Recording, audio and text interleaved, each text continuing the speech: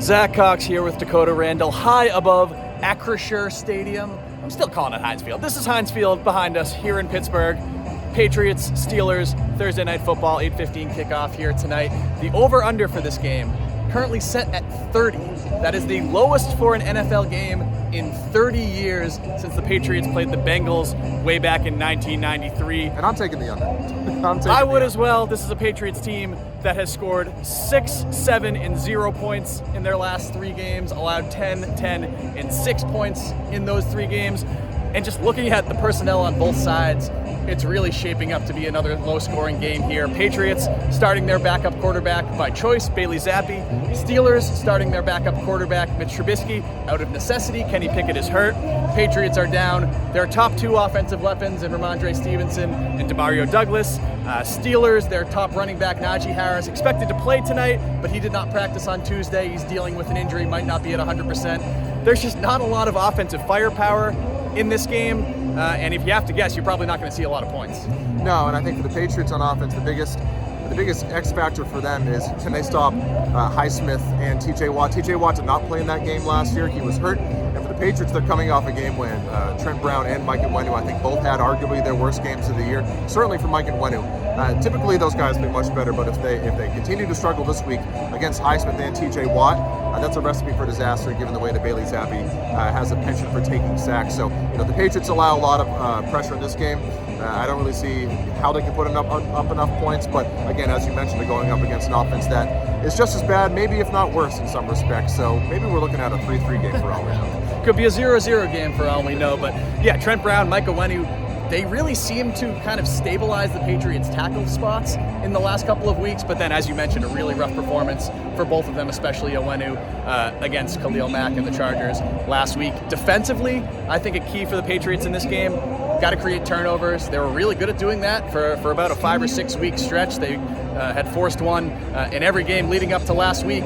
Weren't able to against the Chargers. The offense dealt with a lot of long fields, and just given where the Patriots are offensively, it's something Bill Belichick has pointed out multiple times this week.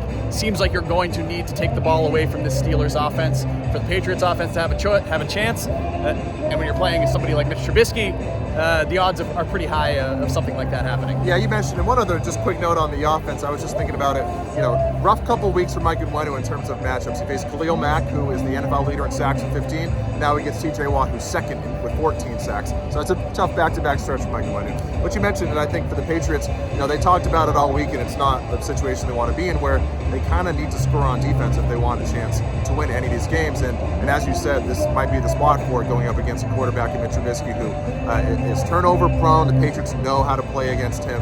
Obviously, it's a tough setting, prime time and everything. The Steelers are coming off a tough loss to the Cardinals. Wonder if they have that extra juice in their home stadium. But, I think maybe we get a defensive touchdown for the Patriots today from someone like Kyle Duggar.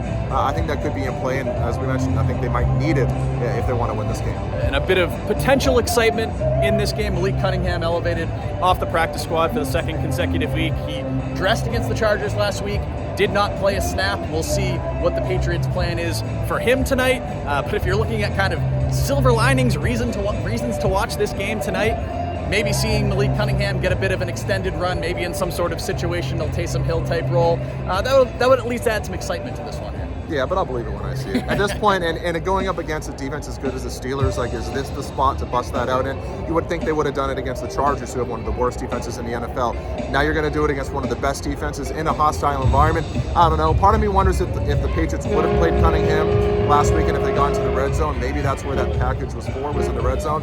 So if I were to guess, this is no inside knowledge, if we see Malik Cunningham, it'll probably be when they get closer to the red zone, if they even can get that far, because they didn't get that far at all last week. Patriots also elevated Kevin Harris up from the practice squad, some extra depth behind Ezekiel Elliott in that running back room with Ramondre Stevenson out, but I would expect Ezekiel Elliott to handle the lion's share of those snaps in the backfield. Going to be a big week for him. He was removed from the injury report the other day. Again, kickoff here at 8:15 here at Heinz Field.